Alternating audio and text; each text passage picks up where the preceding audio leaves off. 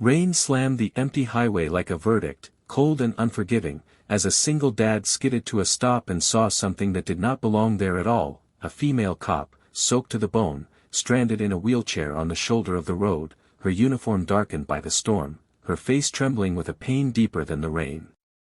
Headlights blurred into streaks behind her, cars passing without slowing, and in that one frozen second, his chest tightened because he knew this was not an accident. Someone had left her there to disappear.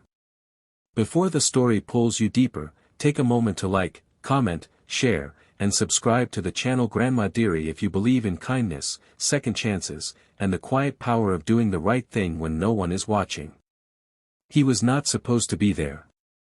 He was a widowed father rushing home after a double shift, thinking about reheated dinner and a daughter waiting with homework spread across the kitchen table.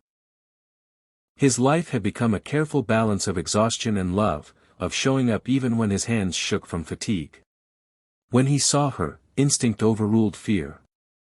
The storm howled, the road was slick, and yet he stepped out, shoes sinking into the wet asphalt, heart pounding as he pushed the wheelchair away from the lane. He wrapped his jacket around her shoulders, feeling the shiver that ran through her like a broken wire. The badge on her chest caught a flash of lightning, and in that flash, the world narrowed to a single truth: this woman had been abandoned when she needed help the most. The struggle was immediate and physical.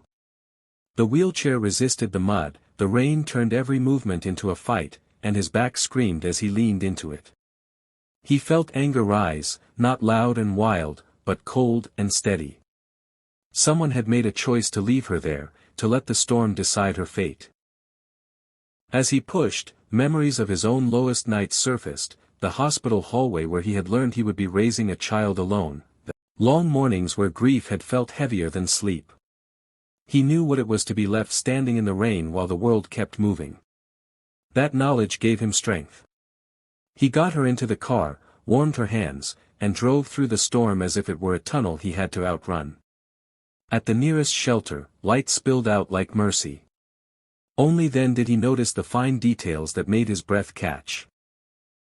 The careful way she held herself despite the pain, the steadiness in her eyes that refused to break, the scars that told stories of service and sacrifice. She had not been careless. She had been loyal, and loyalty had cost her dearly. As the night unfolded, the truth surfaced in fragments. An internal report gone wrong. A refusal to stay silent. A punishment disguised as procedure. The storm had been convenient, the wheelchair a liability, the road an eraser. Hearing it made his hands curl into fists. He had taught his daughter that courage was not loud, that it often looked like standing alone when everyone else stepped back. Now courage sat across from him, wrapped in a blanket, breathing through pain, still refusing to let bitterness win. Days turned into weeks, and the struggle changed shape. Hospital corridors replaced highways, and paperwork piled higher than hope. He visited when he could, bringing coffee, news, and the quiet presence of someone who did not expect her to be anything other than human. She fought to heal, to reclaim movement, to believe that the badge still meant something. He fought his own battles, juggling shifts and school runs, telling his daughter the truth in gentle pieces.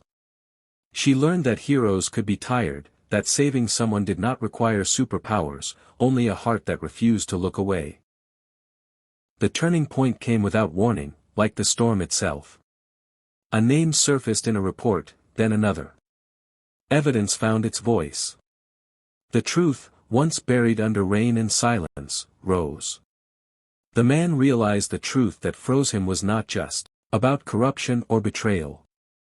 It was about connection. The woman he had saved had once saved him, years ago, in a different way. A forgotten traffic stop on a bad night, a calm presence when his world was falling apart, a warning that had turned into a chance. He had never known her name then, only the steadiness that had guided him home. The circle closed, and he felt the weight of it settle in his bones. Justice did not arrive with fireworks. It came slowly, in hearings and apologies that sounded too late. But it came. She stood again, not without pain, not without scars, but with her spine unbroken. He watched from the back of the room, pride swelling where grief had once lived. His daughter squeezed his hand, understanding more than words could say. Kindness had moved forward through time and found its way back. If this story is touching something inside you, if it reminds you of a moment when someone showed up for you or when you chose to show up for someone else, please take a second to like, comment, share, and subscribe to Grandma Dearie. Your support keeps stories like this alive. Near the end of summer, the road dried. The storms softened. Life did not become easy, but it became honest. The single dad learned that saving someone does not end when the rain stops. It continues in patience, in showing up, in believing that truth matters even when it costs. The female cop learned that being abandoned did not define her ending. Together, without speeches or promises, they proved that one good choice can echo far beyond a single night. Before this story ends, please leave a comment sharing whether you believe kindness always finds its way back, even after the darkest storms. And if this story touched your heart, if it made you pause and breathe a little deeper, engage with the video. Let the algorithm know that stories of compassion deserve to be seen. Somewhere, in a storm you cannot see, someone is waiting for a stranger to stop.